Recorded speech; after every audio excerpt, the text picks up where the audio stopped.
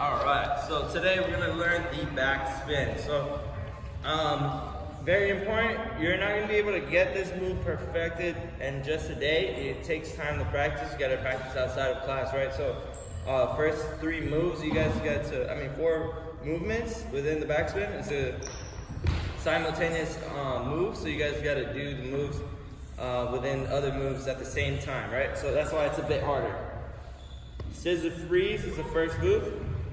You guys kick. Make sure you guys kick all the way around and stay low on the ground. You guys don't want to just kick backwards, right? That's not what we were trying to do. Or like kick halfway and then go up. You gotta kick all the way around. Watch.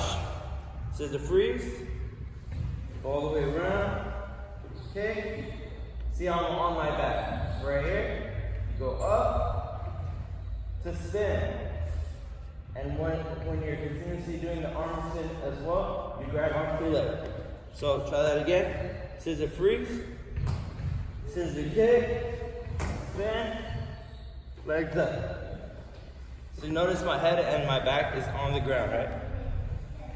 Not up like this, or I'm on my side, or I'm spinning like this. So those are the common things that you guys gotta watch out for when you guys do the backspin. You guys want to bring it in over here? All right. So a little bit faster. Scissor kick, scissor freeze.